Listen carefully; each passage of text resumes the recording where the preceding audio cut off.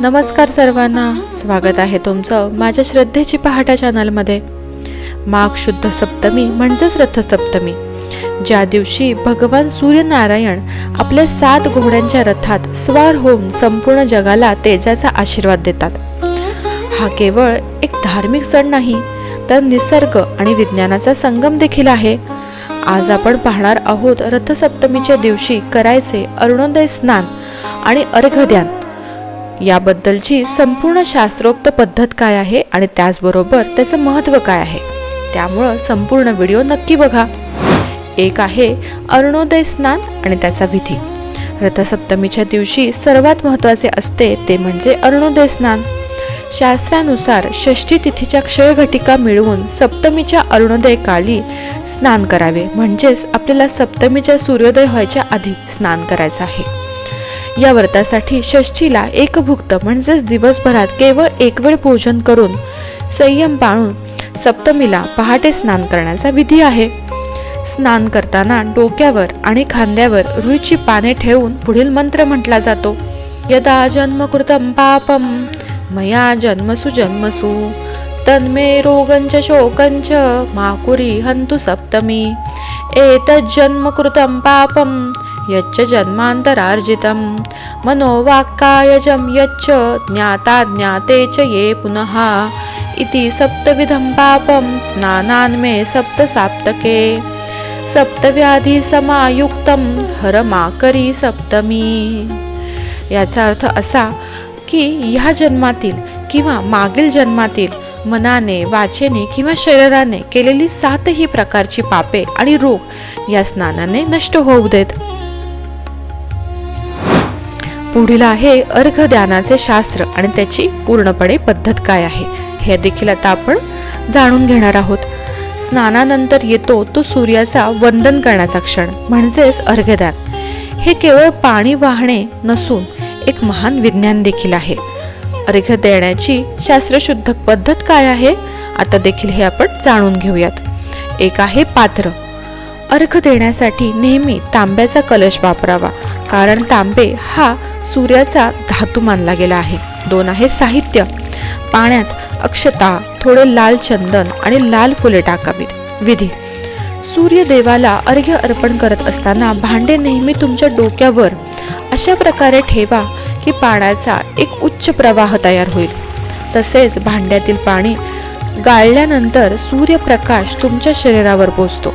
अशा प्रकारे सूर्यदेवाला पाणी अर्पण केल्यास व्यक्ती रोगमुक्त आणि निरोगी देखील राहतो। तसेच त्या पाण्याच्या प्रवाहातून सूर्यदेवाचे दर्शन घेण्याचा प्रयत्न करा। त्या काळात बहुतेक लोक डोळे बंद करतात, परंतु तुम्ही ते अजिबात करू नका। विज्ञानानुसार पडणाऱ्या पाण्याच्या धारेतून सूर्याची किरणे परावर्तित होऊन आपल्या शरीरातील ऊर्जा चक्रे सक्रिय करतात आणि दृष्टी देखील सुधारतात।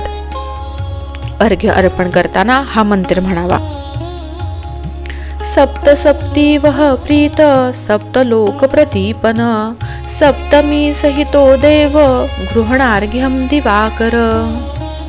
विशेष टीप: अर्घ्य दिलेले पाणी पायाखाली येऊ देऊ नका। सूर्यदेवाला अर्पण केलेले पाणी नाल्यात जाऊ देऊ नका, ते झाडांना किंवा तुळशीला अर्पण करा। पुढील आहे सूर्यपूजन आणि दिव्य दीपदान। स्नानानंतर घराच्या अंगणात रक्तचंदनाने सूर्याचा 7 घोड्यांचा रथ आणि त्यावर सारथी अरुणासह सूर्यदेवाचे चित्र काढावे।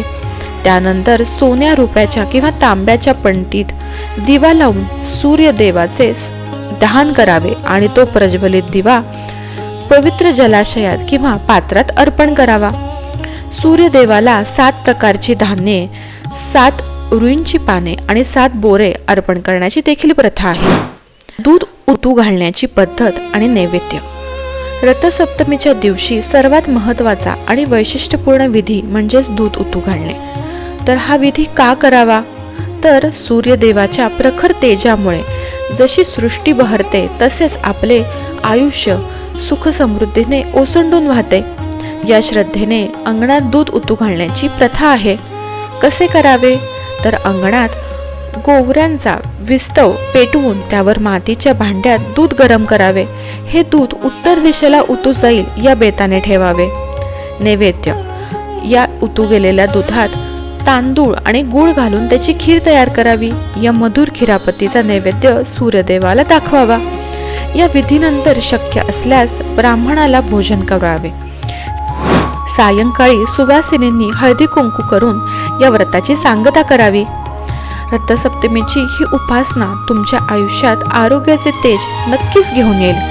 त्यामुळे उद्या रथसप्तमीला किंवा दर रविवारी सूर्याची उपासना अवश्य करा आणि त्यामध्ये आदित्य हृदय स्तोत्र व रामदास स्वामी रचित सूर्यस्तुती अवश्य ऐका. त्याची लिंक मी व्हिडिओच्या डिस्क्रिप्शनमध्ये देत आहे. तुम्हाला जर का ही माहिती आवडली असेल तर माझ्या चॅनलला लाईक, शेअर, सबस्क्राईब करायला विसरू नका.